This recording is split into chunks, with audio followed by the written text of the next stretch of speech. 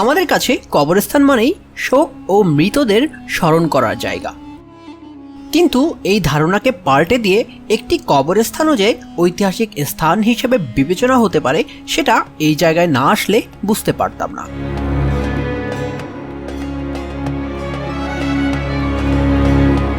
আর এখানে আসলে যে শুধুমাত্র সমাহিত ব্যক্তিবর্গদের সম্বন্ধে জানতে পারবেন তা কিন্তু নয়, এটা আমাদেরকে জানিয়ে দেয় আমাদের অতীত ইতিহাস সম্বন্ধেও।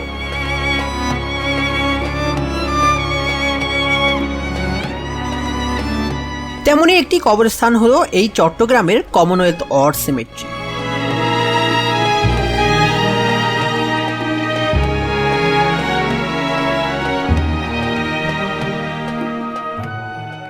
এখানে আসা দর্শনার্থী ও পর্যটকদের উপস্থিতি জানিয়ে দেয় একটি কবরস্থানও জাদুঘরের মতো আকর্ষণীয় জায়গা হয়ে উঠতে পারে।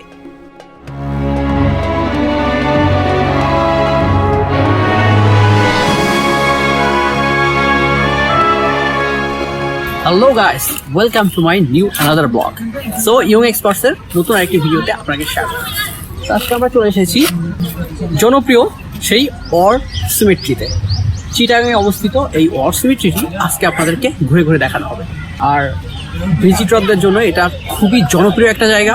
আজকে আপনাদের এখানকার ইতিহাস এবং যত এর কাহিনী আছে সব কিছু আপনাদের সাথে শেয়ার করব। সো আমাদের সাথে, সো লেটস গো। কবরস্থানটির নকশা এমনভাবে করা হয়েছে যাতে তা দর্শনার্থীদের মধ্যে সচেতনতা তৈরি করতে পারে, এমনকি শিশুদের মধ্যেও।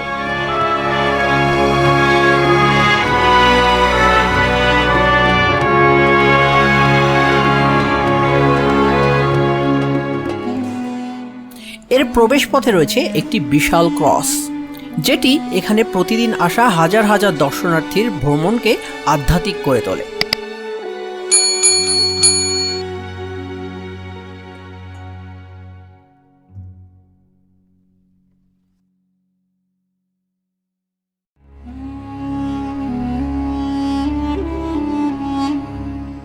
চট্টগ্রাম বিশ্ববিদ্যালয়ের আর্ট ইনস্টিটিউটের উল্টো দিকের বাদশা মিয়া চৌধুরী সড়কের 7 একর জমিতে এই সিমেট্রিটি অবস্থিত।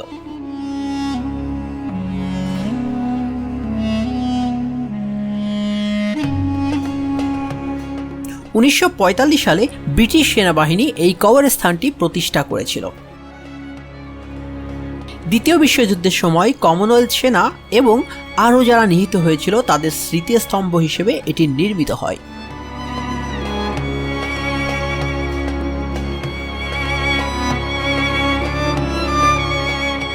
সারা বিশ্বে এরকম অনেক ওয়ার সিমেট্রি দেখা যায় এবং নির্দিষ্ট দিনে এইসব ওয়ার সিমেট্রিতে গিয়ে তাদেরকে সম্মান প্রদর্শন করা হয়।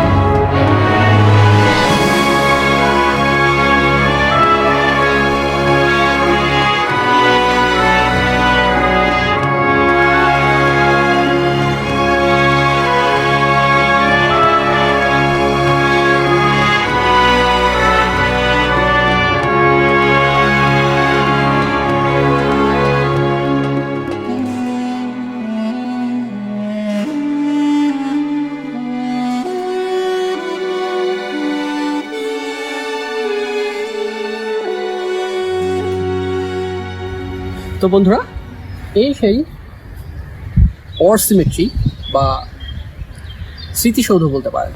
এটা দ্বিতীয় বিশ্বযুদ্ধের পর ব্রিটিশ সেনাবাহিনী কর্তৃক এখানে 400টি কবর বা এই যে যারা মারা গিয়েছিল তাদেরকে এখানে সমাহিত করা হয়। বর্তমানে এখানে প্রায় 750-রও বেশি মানুষের সমাহিত করা হয়েছে। তো সেই সময়ে যুদ্ধে নিহত সব মানুষদেরকে এখানেই সমাহিত করা হয়েছিল।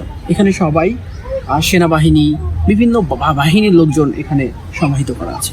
সো আমার সাথেই থাকুন, আশপাশের পরিবেশটা উপভোগ করতে থাকুন। লুশ পার্কল্যান্ডের যুদ্ধে নিহত 755 জনের কবর রয়েছে এখানে। এখানকার 731টি কবর হলো কমনওয়েলথ সেনাদের। আরও 20 জন বিদেশি নাগরিকের কবর রয়েছে এখানে, যার মধ্যে জাপানি সৈনিক ছিলেন 19 জন এবং একজন ডাচ নৌসেনার কবর। পাশাপাশি 4 জন ব্রিটিশ সামরিক কর্মীর কবরও খুঁজে পাবেন এখানেই।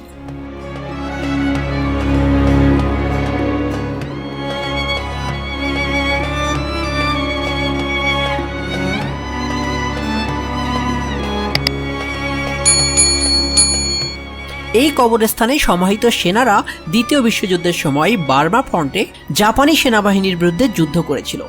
যুদ্ধে আহতদের চিকিৎসার জন্য চট্টগ্রাম জেনারেল হসপিটাল এবং কাপ্তাইয়ের চন্দ্রঘোনা খ্রিস্টান হাসপাতালে আনা হয়েছিল।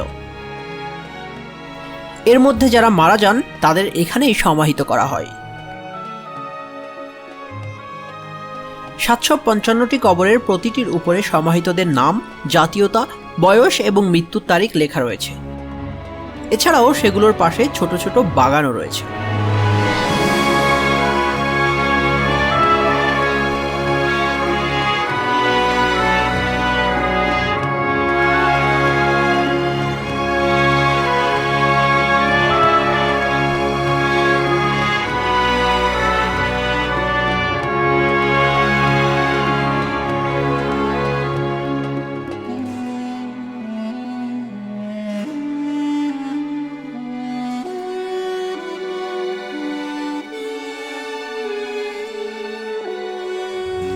এই ছিল আমাদের আজকের আয়োজন।